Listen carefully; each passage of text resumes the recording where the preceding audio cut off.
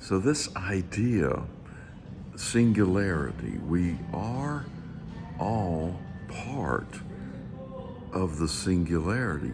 What is the singularity? The singularity is the creator. I did a short video just a few minutes ago about God, and that we are all God because that's all there is. God is the all there is. You can call him the creator, you can call it the universe, anything you wish. But let's just say the creator or the all that is, because there's only one thing, and that's the singularity, the individual creator. Now, this is important, I think, because it gives us a different perspective. So that means we're part of the creator. That means we're all gods with the power to create as gods. But we have to know that. We have to claim that. We have to be that. We've been given instructions all over the place that we can create and we can do greater things than these, as Jesus said, and we will be doing greater things than these. Now, if we combine the idea and the knowing that there is a singularity, there's just one thing, with the idea and knowing that there is only now, that's this moment. Why? Because time does not exist. So that means it's only right now. Now, the cool thing about that is, well, first off, it may take you a minute or two or a year or a decade to get your idea around the fact that there is no time. But there's a lot that you can create around the idea of no time. So let's take one thing, for example, right now. So that means there's only this moment. Period. There's only this moment. So what we do vibrationally lines us up with the next moment. But it's not time. It's a parallel reality, a vibrational frequency reality. And we're going to change maybe a little thing here and there. So it's going to look the same, but it's not the same. It's completely 100% different. It's a different reality. There's nothing that goes with us as we vibrate to a different frequency. It's all brand new. So that means that what we see that looks similar is carried with us from this moment to that moment, which is, we know, not a time moment. It's a reality shift, or you've heard it many times as a parallel reality. That is a good example of that. So what we're doing is we're jumping into parallel realities. So why is this important? Why do we care? Well, it might free us up mentally to realize that, the next reality does not have to look like this reality. It can look similar, or it can look completely different. So I like the idea of completely different. Well, not 100%, because I need to be able to recognize myself when I get there. But so let's say that we can do that. We can recognize ourselves when we get there. But how about all the things that are out there? Do we want to change all that? Well, I'd like to change a lot of it. And there's a lot that I wouldn't like to change. But there are a lot of physical things that I'd love to change.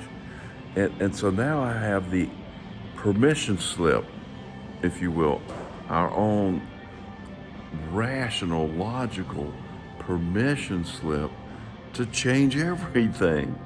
And So yeah, let's have some fun with this. Let's experiment with that, and create the joy that comes from experimenting with that. Because I think that's kind of our job here, is to create. Number one is to create, and then to have fun, have joy from it all. Is it to get a new car? Not really. I mean, I've had new cars, and they're only new for a very short amount of time, and the idea and the emotional satisfaction that comes with that is limited. Same with houses and relationships, if you will, and things, just things, in general. Why? Because it's all out there. It's an illusion anyway. It's a reflection of what's coming out of here. So wait a minute. If it's not, money and relationships and physical satisfactions of some sort, then what's it about? It's about creating. It's about the next thing and then the next thing, and the desire and lining up with it and learning who we are. It's pulling back the onion skin layers of who we actually are. Who are we? Self-realization. That's what it's about. That's the organization that I belong to. It's called Self-Realization Fellowship. That attracted me. I said, yeah, I'd like to learn more about myself. And so some of this is coming from that. Some of it's just coming from experience and listening to videos and trying things out. I want to be a doer of the word, not a hearer of the word. What's the word? Well, here's one example of the word. Use your imagination to create. And with your imagination, that's what you will use to jump into parallel realities. It's your imagination. That is what's going to connect you with the source, the creator, the all that is, God, Jesus, Mother Nature, the all that is. Whatever you want to call it. I don't care what you call it. It doesn't matter. What matters is that you're aware of it. And then the next thing that matters is that you try it. You experiment with it. You say, oh, let's see what happens. I want to use my imagination to create the next thing. Let's think about something really fun and enjoyable and something preferred. I have a desire. Now, the thing about imagination is that people don't realize is imaginational thoughts, your thoughts in general, jump out in front of you. I can't say into the future because there's no such thing as the future, but I can say out in front of you to create a vibrational tone that will line you up with your next experience. Just like what we used to do in grade school with tuning forks. It's the same thing. Say you have a tuning fork that's 820 megahertz, and you hit that tuning fork, and there's another one over there that is 820 megahertz, and that thing starts to vibrate. Why? Because this one did. It picks that up. Our imagination works exactly the same way, and it's very precise.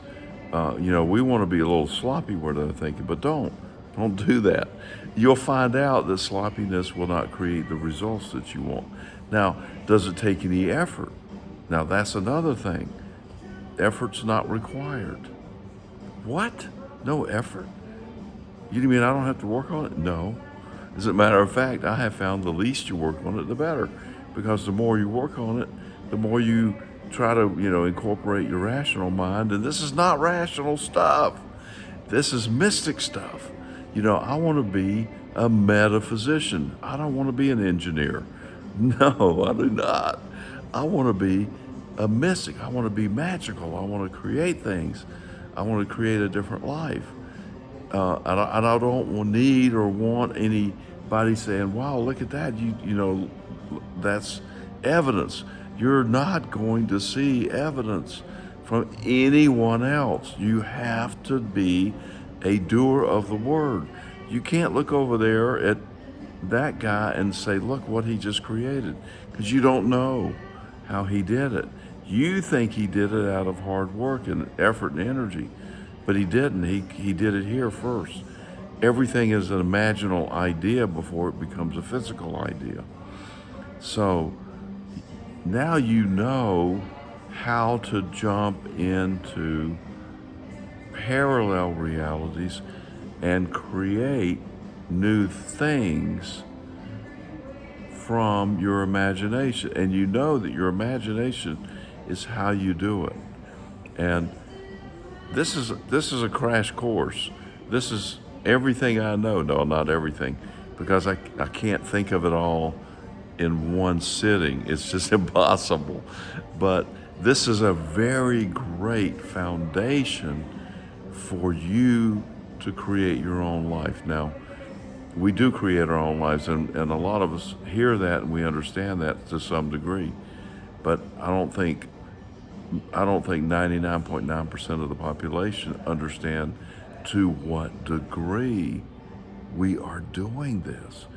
I mean, it's like whatever you want to believe is what's going to show out in front of you. But we have so many things in here that we believe that we're not even aware that we believe them. You know, 90-something percent, 99% of our life kind of operates on autopilot. It's coming out of here from beliefs and agreements that we made before we were born and before we came into these physical bodies, and during our experience here on planet Earth, maybe for some past lives we brought over some ideas. You know, I really don't know. On that part, I can't go back and access that quite yet. So, but I am working on a lot of different vibrational ideas that might shock some people. Yeah, I've got the regular stuff like, a different house and, a different car, some new cars, some different vehicles. I like cars, they're fun. I like driving them. I like experiencing a whole bunch of different ones. I like traveling around, so I've got some of that in there. But I also have some really strong metaphysical desires that I'd like to manifest. One of those is I'd like to be a shapeshifter. Now, to some degree, we are already shapeshifters. I just want to expand that idea out as far as I can.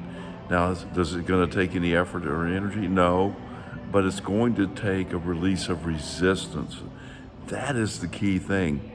So during my manifestation, during my meditations in the morning, I have a prayer. And one of the things I have in my prayer is I desire to release resistance so that I may move easily into self-realization. And within that self-realization is the power.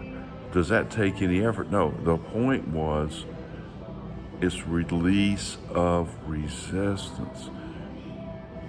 That's where the effort is. It's releasing the resistance to the idea of becoming more of who you wish to be, and not holding on to the old beliefs that, oh, I'm unworthy, or, oh, I can't do this, or, oh, I don't know how to be a shapeshifter. You do know how to be a shapeshifter.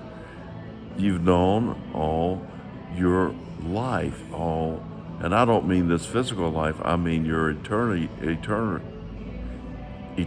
life. That you've known, you know it. Don't deny it, and just go with it.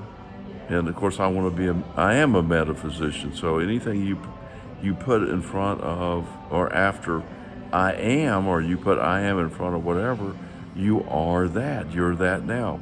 How do I know that? Because there's no time. I already told you there's no time. So you say I am, then you are. And you are now, and you always were. So now I'm thinking of things like, what about the past and what about the future? They don't exist. Or maybe they do, but they're all parallel realities. And then you choose your past with the vibrational tone that you're in right now. So when you're choosing 820 hertz out there to the future, you're also choosing 820 back there from where you came from. Now what happens is now you change the memory of your past, and it's not the same past as you had a moment ago or in that last parallel reality. So I could continue, but I am going to choose to stop now because I have given you a lot of information in this. And I'd like to say, by the way, I do consulting. I can see things in other people that they can't see, and I can see it quickly and effectively. Click the link below to sign up for one of my consulting classes. They're $49. They're very inexpensive. They're 30 minutes. You will get an amazing amount of information out of that. So I hope you've enjoyed this video. I've enjoyed making it. It's a lot of fun for me. It's kind of my main passion. And so I'm doing it because I love it.